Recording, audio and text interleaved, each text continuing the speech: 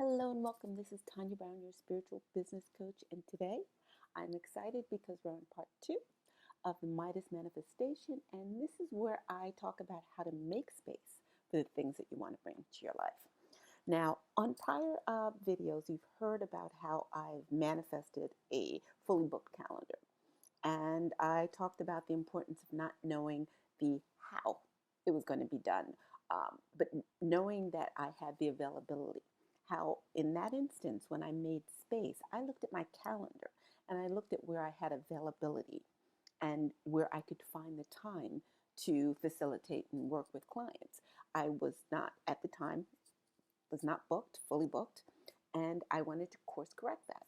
And I looked at my calendar and I made availability on where I could feasibly see clients and not feel overwhelmed, overstressed, overcharged, or what have you.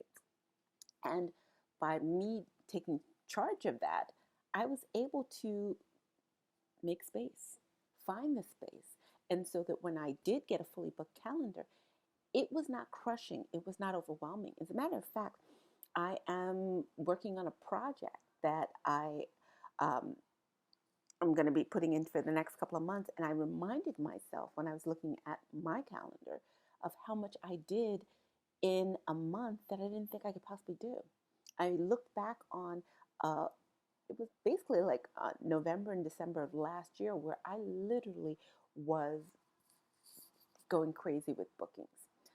But the thing that I thought was interesting about that was I was not overly stressed. I was not overly overwhelmed or overtaxed because I made the space. So when I say this to you, going back to your list, and when you drill down and you said, I want all the things. And let's go into the detail of what the things are. Now, you may say to yourself, I want to write a book this year. I want to start a business this year. I want to lose 10 pounds this year. I want to learn how to cook this year. These are all good and these are all doable. But you have to go back and give yourself the space to where can you do this. Can you write a book this year? Absolutely. Where are you going to find the space? Where are you going to find the time? If you, and going back to giving yourself the goals, with everything that you have on your list, highlight which ones are your 30-day goals, your week goals, your month goals, your 2-year goals. Now, the things that are on your goal list this year, what are your priorities?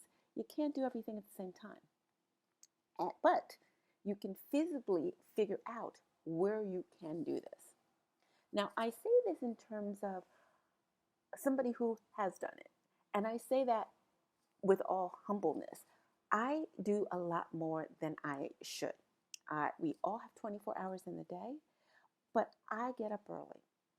I hate working late in the evening, so I'm happy to get up early in the morning, which allows me to cut off my client calendar at a certain time in the day that I can just relax after that, as well as relax on weekends. But the point is, I set up my calendar to allow me the ability to do these things and not feel overwhelmed. And sometimes I work on weekends, but it's my choice.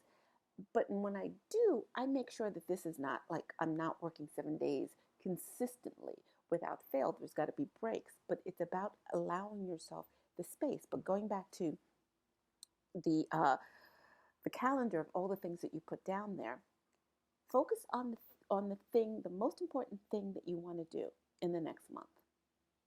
And again, you drill down and you put a ton of things out there. And that's all fine and good, but you can only do one thing at a time. So if the book is the thing that you want to do, focus on where you're going to find the time to do the book. And give yourself a calendar. Whether it's hitting, writing in the morning, writing at night. I remembered, I want to say it's Tom Clancy. I feel like it was his story where he used to write his novel or on the train going to the office. He was a corporate lawyer, and he would write his novel on the train. He found the time in his day to do that. Same thing. I can't tell you how many clients I have that are pregnant and launching programs and have successfully launched programs while pregnant. So my point is there's always time. So when I say, find the time, you have the same 24 hours that we all have. It's about using that time to the best of your ability and not overextending yourself. It's a tricky balance. We all have done that. And when I say we've all done that, we've all kind of hit or miss that regard, and then we kind of pivot back to tweak it. There is no perfect union when it comes to work-life balance. It's about being able to know what your limits are and being able to be conscious of when you need to pull back and when you can give a little more. And again, using that calendar example, I was in well, we were all in a tricky place last year, quarantine, but I was in a place where I thought, you know what, I could do more because of the fact that I'm quarantined, I'm not going out, I'm happy to do more online readings. And not, as long as I'm not overtaxing myself, because doing readings actually is mentally exhausting. It's great when you're in the zone, but it's mentally exhausting when you're out of it, because then it's, you need to replenish. People don't talk about this a lot. There's a lot of things that you need to do to protect yourself, to keep your energy up. And so keeping, that's part of the self-care of all this stuff as well. But again, it's going back to finding the time in your calendar to attack these things. But again, pick one thing out of the list of all the things that you want to do. Pick one thing and focus on that. And that's the thing that I want you to go into this next 6 months doing. Every month, focus on one thing. Like this week, I'm going into what, like I said, I do every week intentionally. I go into this week looking at what are my goals, what do I want to do, and how do I see this week ending. And this is not perfect. I'm not making things happen. I'm just sharing what I want to happen. And I'm telling the universe what I want to transpire here and what my goals and my ambitions are. And I'm allowing them to help me make this come true. So, and that's what I always say with you. Allow the universe to be your co-pilot in this. Whether you believe in universe, God, whatever, allow the higher power to assist you on this journey. Because you're not in this alone, and it's all the whole thing about this. And I keep drilling down on manifestation. When you get clear about what you want and when you put it out there, it starts to come back to you, the things that you desire. And it sounds woo-woo and it sounds very mystical. It is and it isn't.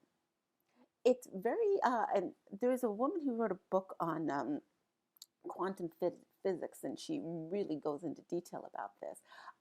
And the thing is, it's when you look at it in that regard, it's very simple. The thing that the thing you want is the thing that will come to you. The thing that you put your focus on, the energy that you focus on is the thing that you're going to create. Wayne Dyer was the king of talking about thoughts become things. I didn't make this up. I didn't create this. This has been around from the dawn of time before me. It's just about using these principles and these practices and put them into place so that they can work for you. As always, this is Tanya Brown, your spiritual business coach. Don't forget to like this video. Don't forget to subscribe. And don't forget to comment in the comment section. And also, always, when you're looking to book a session, don't forget in the details section, you can book a session with me as well. And that's all for this week. And I look forward to seeing you on the next video. And take care.